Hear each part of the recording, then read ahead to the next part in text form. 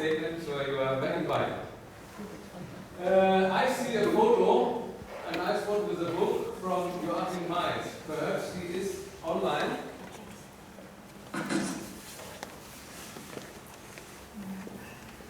Joachim, can you hear me? Hello. Hello. Joachim Maiss is the federal chairman of the BvLB. It's the Association of Vocational Education Teachers and former headmaster of the Multimedia Vocational School of Niedersachsen. Hello, Joachim.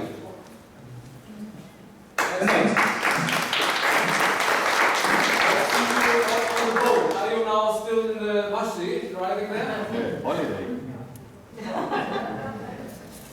No, he's not on the Mashti. He's unfortunately, I'm not in Hannover. I'm in Marmaris in Turkey. He's staying on my boat, but I made a mistake with my flight booking, so I can't be on the chair next week. Sorry. It's a nice mistake. It's a nice mistake. And you see, the sound and the picture is very good. Better than ours. Turkey has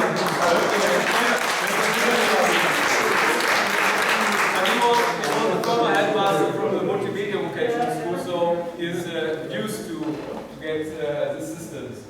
But I would like to take this opportunity, lieber Joachim, and thank you for the great cooperation and especially great support of the last years you gave us Studienseminar Hannover. Thank you. So, keep on this part. We have heard a speech from Lea Steinacker from Lena, and she talked about the sustainable digital transformation of vocational education and training as a necessity for shaping tomorrow.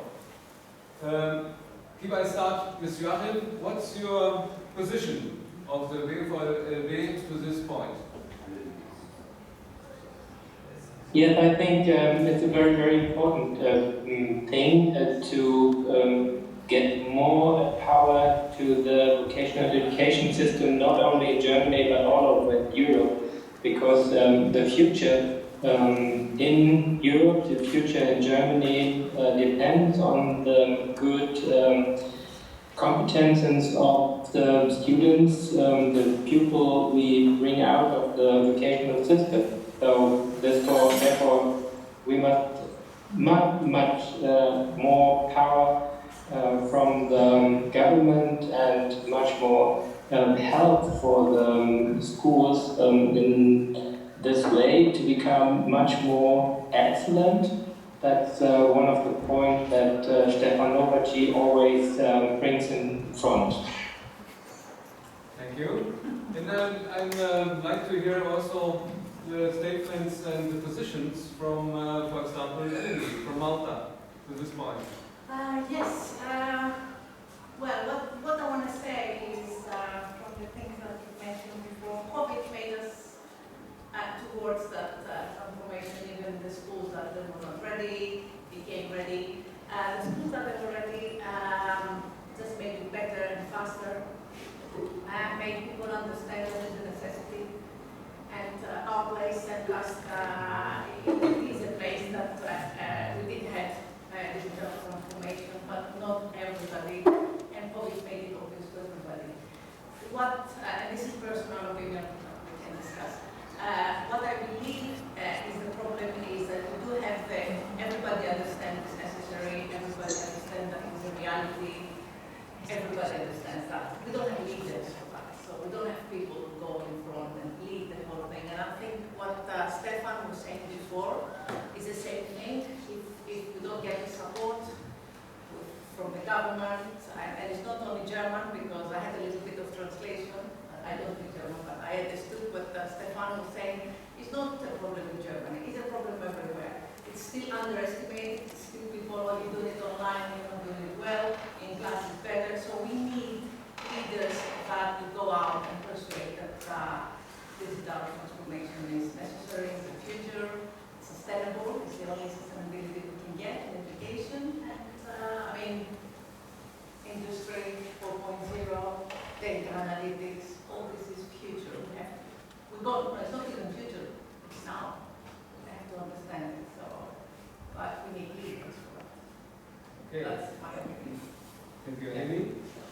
point of view from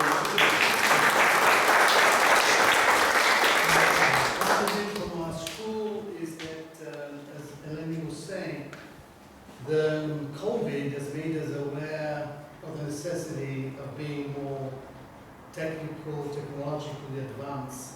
And some people got the message and adapted. Teachers, students, parents even. And we need to go and to tackle the issue. And so we can take advantage of a bad situation to turn it to our profit for the future.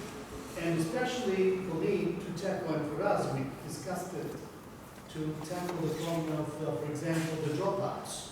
People who are a weight on society because they will become drug addicts or because of family reasons, for many reasons, or being delinquents or be on the road without any education, without any planning of their lives, they can become truly a booster of society because they've been canalized into a new way of learning through technological advances, which will lure them out of their complacency without doing anything. They will be attracted to this new way of learning and become an asset for society because they will boost the economy instead of being a weight on social welfare, for example.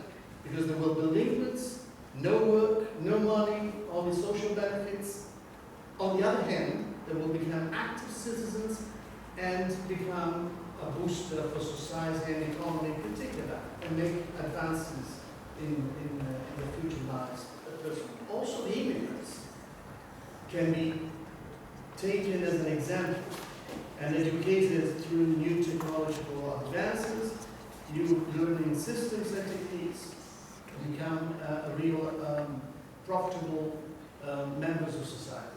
And that could be made through also technological, digital, and sustainable advances in learning and teaching. That's. Thank you, Paul. Now goes to Estonia. Yes. And, yes, because I must say Estonia, oftentimes we heard and read about it, that the digital transformation is very ahead there. This is things we heard from here, and now you can say if it's true or what problems you have there. Definitely true, and no doubt about that. But of course, from this point of what we are discussing today, maybe I say that this is a question of surviving. If we don't use more, if we erase them, or if we pay more attention to the sustainability, then we are a huge problem. We earlier saw that if we want to compete with Asia and the United States of America, we must improve. And we all know what happens in the world if we watch the news or we are living here in Estonia. It's not so bad yet, but we must do a lot of work. But yeah, like you said, COVID-19 helped this development of the digitalization, but we must do more, and no doubt about that. Thank you. And now the opinion from our future teacher. And Ms. Gerling, she was one of the teachers who started half a year without her students in the classroom, only digital. What's your opinion about it? What's your experience you had made in the first time? Yeah, for me it's very important too, because technology and digitalization is a big part of our life, and so it should be a big part in education in the future, and the students have to work with technology, with the internet, with smartphones or computers. It's really difficult to teach only in distance, because you can show the students how they use the technology there are some problems with the technique, and yeah, it's really difficult. So I think it should be a part, but in present in school, so that we can show them how to use, what are the risks, what are the chances of using the technology in school. Yeah. Thank you. Ms.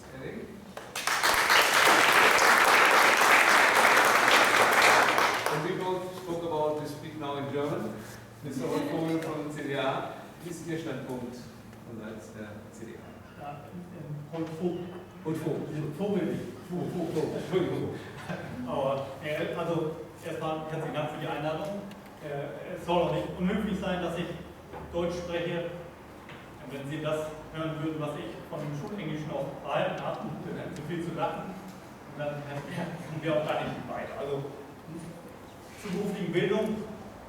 Stefan Lobacin hat mich gebeten, vielleicht unsere Position nochmal zu beschreiben. Und ich habe nochmal herausgelesen, die große Herausforderung ist, wie die berufliche Bildung überhaupt in der Gesellschaft gesehen wird. Und da müssen wir feststellen, ich hoffe, es ist nicht nur so in Deutschland, sondern vielleicht ist es, wäre schön, wenn es nicht nur in Deutschland so wäre. Die allgemeine Bildung, da interessieren sich 73% der Bevölkerung für. Frühkindliche Bildung, Kindergärten und so weiter, 60%, und bei der beruflichen Bildung sind wir schon bei 47%. Da ist es noch interessant, wie geht es weiter mit der beruflichen Bildung. Wir als Partei, und das ist einmal die Union, CDA, ich vertrete die Arbeitgebergruppe innerhalb der CDU, wir haben uns dann aufgemacht, wir haben einen Arbeitskreis Bildung und haben in den letzten 2 Jahren gerade die berufliche Bildung nach vorne gestellt, haben Anträge, Positionen erarbeitet. Ich habe auch etwas an Papiere mitgebracht, dann Stefan nachher vielleicht verteilen. Auch die neuesten Überlegungen sind dort auch niedergeschrieben.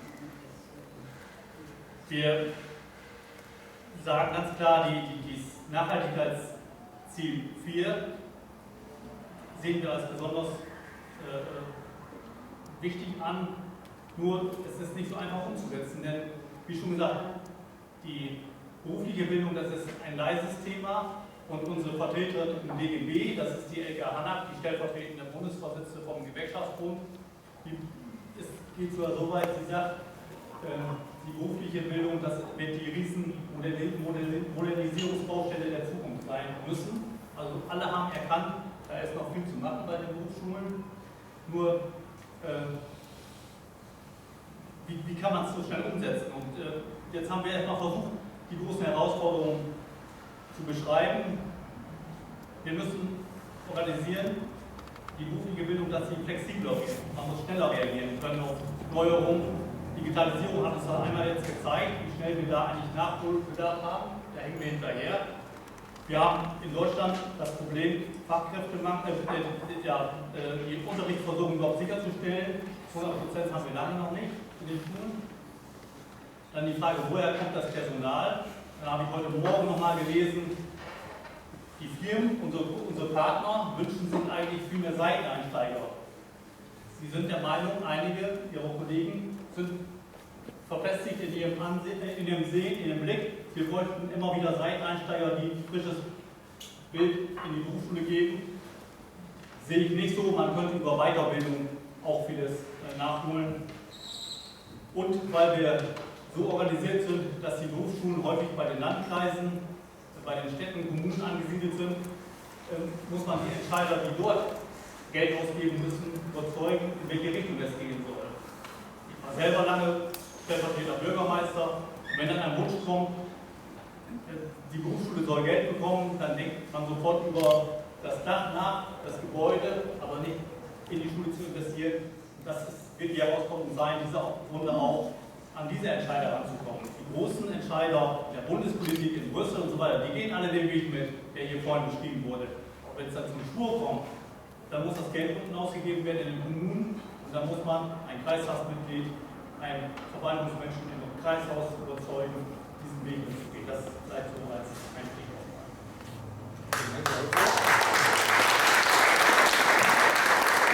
By the way, one chair is still left. If you want to give a statement also to this question, so you're welcome. And sit and give your statement. If not, I will take one part of the speech from Ms. Gerber. She said we must see the human side of pedagogy. So a question to you all, and perhaps Joachim in the Turkey starts.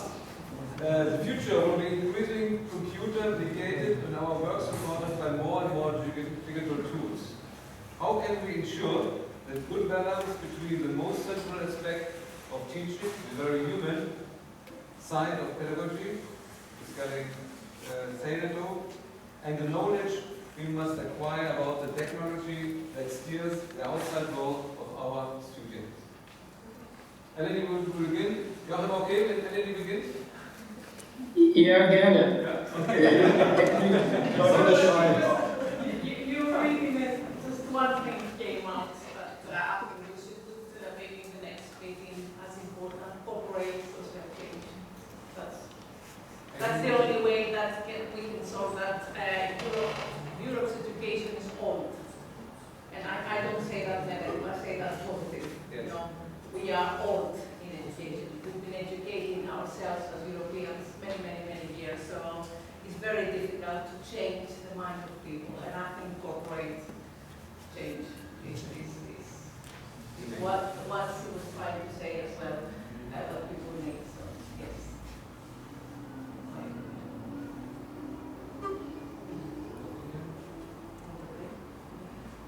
Yeah, great.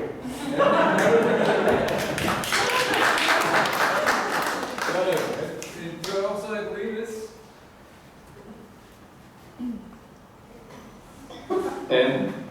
Sorry, I have a little bit problem with the question. Could you repeat it a little bit, because there was a problem with the transmission and the last answer didn't help me really. Okay. I tried in German. Ja. In German, yes. Also, die Zukunft wird zunächst computervermittelt sein. Und unsere Arbeit wird immer mehr digitale Werkzeuge auch unterstützt. Wie können wir ein gutes Gleichgewicht zwischen dem zentralen Aspekt des Lehrens, der menschlichen Seite der Pädagogik, die wir auch immer wieder betonen, und dem Wissen, was wir über Technologie aneignen müssen, wie können wir diese Außenwelt, die die Schüler auch steuert, wie können wir das sicherstellen?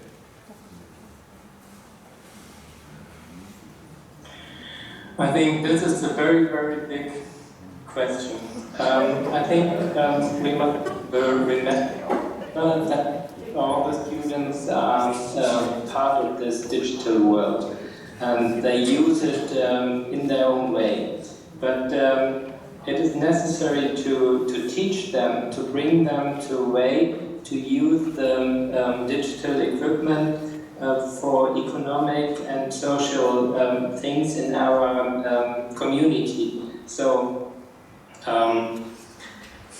in the first panel there was information from the guy from Switzerland. He said the big thing is to bring the people to this modern way of thinking and using the technology. And it is very interesting to talk about AR or AI, but all these things are totally strange for students and all people in Europe and in Germany. So how can vocational schools help to bring this change of mind to the people? I don't have an answer to this question. We must all think about it and find a solution to do it, because that's the question for the future. Thank you, Joachim. That's a question for the future, and I think with this statement we can end this panel too. We have also the next guest waiting, and I say thank you very much to Turkey, to Joachim Maiss, and thank you very much to you here.